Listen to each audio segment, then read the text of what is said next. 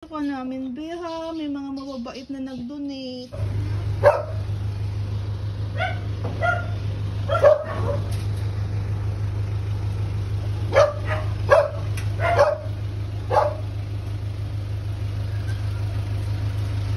Ayan na po, sir.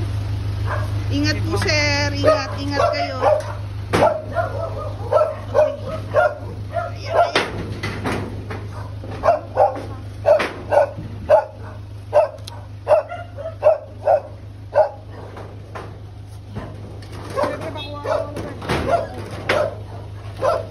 Bilis ako mo.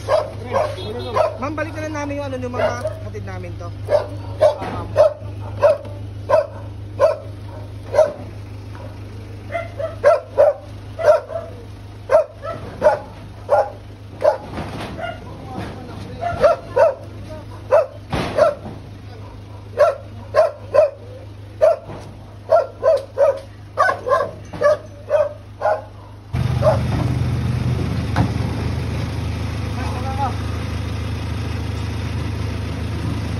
Palay na namin.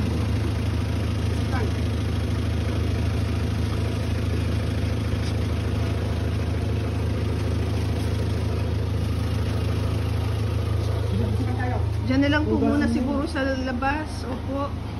Yan. Hugas po kayo. Teka lang ha. Tanda na siya. Lalaki po, no? Lalaki. Ano? Vera, Vera. Vera, Vera. Ano? Shallow na yung breathing. Oh, shallow na siya. Wala naman siyang CBV po. Ay, thank God. So, safe po kayo, lalo na if may dogs po kayo. Sorry, sakit. Sakit. Ang concern natin ngayon, ma'am, kasi nilalangaw na siya. Marami din siyang langgam po. Tapos, very lethargic.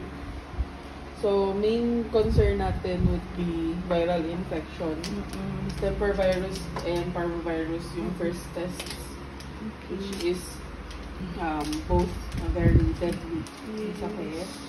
So, we start with this one para ma-confine siya if ever needed talaga. Sige po. Swab lang po. We temporarily named the big doggy Vera. Maski lalaki siya, okay? Pasensya na. LGBTQ for the win, okay? Happy Pride Month. Happy Pride Month na lang. Ano Vera? Kasi ito siya galing sa Veraville Classic. Nilagay sa sako, left to die after being used as a breeder.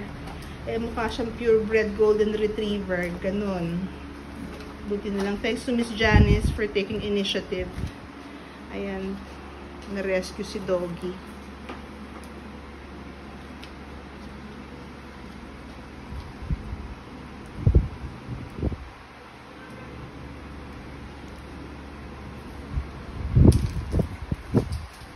Ayan po yung test for distemper. For parvo na yung swab sa Wala na siyang canine. lahat. Nakaka. Wait lang.